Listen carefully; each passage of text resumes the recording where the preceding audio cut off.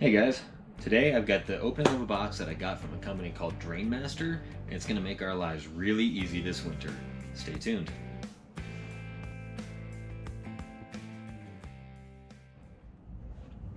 The first thing that I want to say about this box is they have a Save the Planet sticker on here. Apparently, Drainmaster likes to reuse boxes that came from other purposes, so I can always support a company that's worried about too much waste. So coincidentally, they're a waste management company, so that's pretty cool.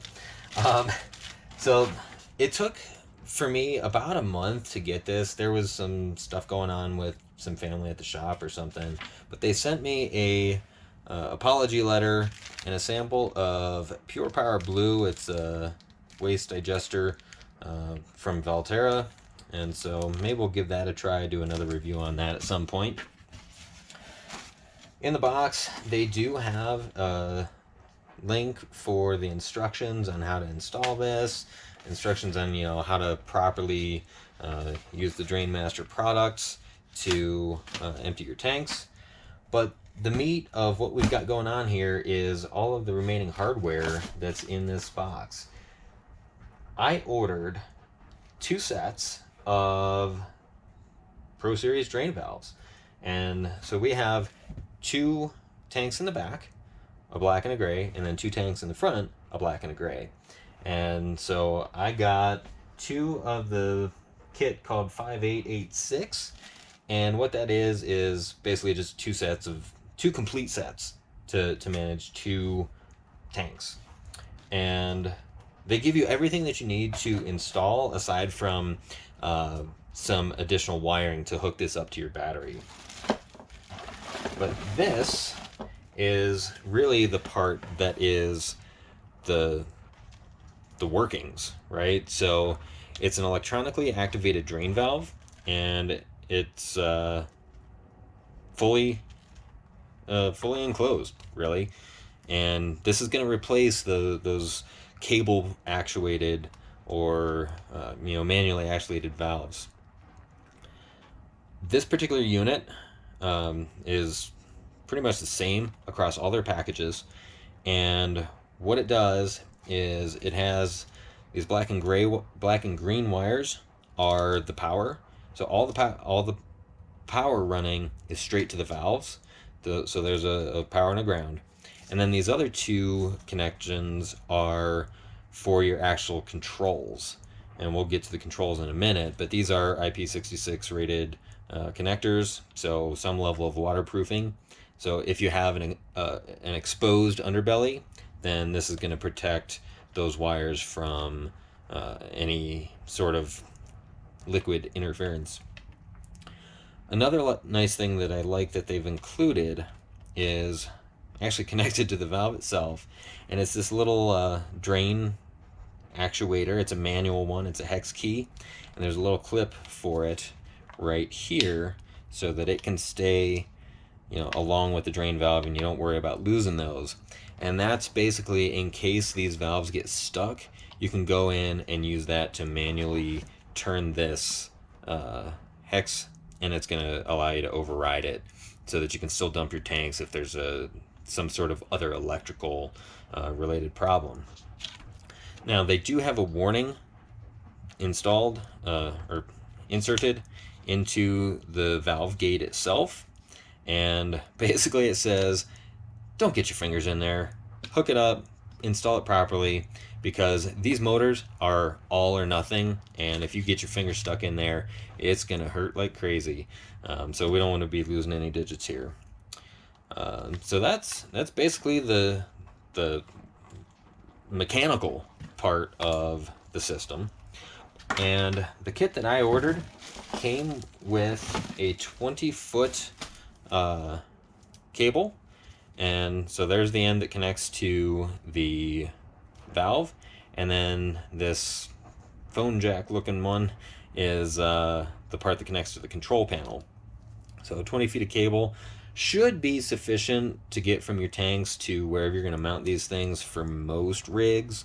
They do have extensions and longer cables if you don't have enough reach. So that is that's the cable. And I did want to make one more note about the valve there. It only takes one cable to operate, but there are two connections. And the reason they do that is so that you can have maybe one inside and maybe another set of controls in your wet bay. For the time being, I chose not to put the valves in the wet bay. It's personal preference. My intention is to be able to use this during the winter. You know, that's the primary reason I'm getting this. We're wintering in Colorado. I don't want to have to go outside during a blizzard like I did in the winter of early 2019. We had the bomb cyclone, and we also had another blizzard that came through.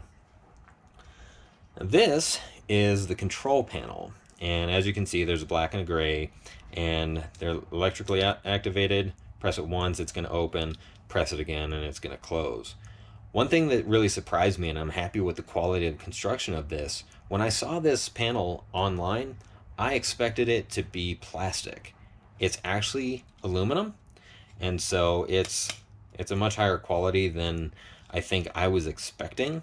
But even with this, they give you all the screws that come in the bag to make sure that you have everything that you need to install this.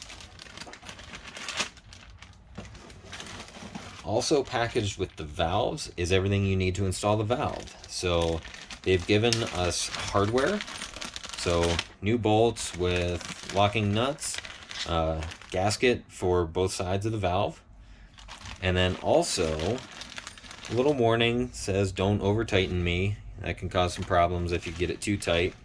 And finally, some compound that I'm assuming, I haven't read all the instructions yet, I'm assuming this is going to be to properly lubricate your gate, as well as, you know, any sealing that needs to be done on these gaskets.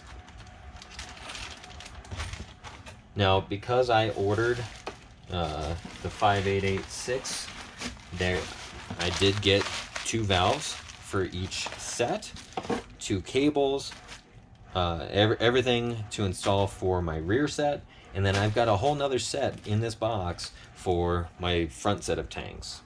So it looks like it's pretty much everything I need except for a fuse and wiring to get power to it. Another thing that I do like about this system is back on this control panel, you'll notice that the only connections here are those, looks like RJ11 jacks. Those are the only connection that needs to actually run up to where you're going to install this. Like I said before, all the power is run straight to the valves, and then these are kind of like data cables that tell it what to do. So should be a relatively straightforward install once I get to my tanks. Our rig has an enclosed underbelly, so I'll need to remove all of that before I can actually get to installing this, but that'll also give me a chance to make sure that there's no excess debris and everything. So taking down those panels, I think for me is going to be a benefit. I'll be able to understand how things are laid out down there, and we'll get these installed. So stick around. I'm not going to do the installation in this video. That's going to be upcoming. I do plan on starting that work this weekend, and I will kind of document the whole process as I go along. So I hope you come back for the other parts of this video, and for now, I'm Todd from the Alcohol-Free RV, where we have more mods, upgrades, repairs, and adventures along the way. Thanks for watching.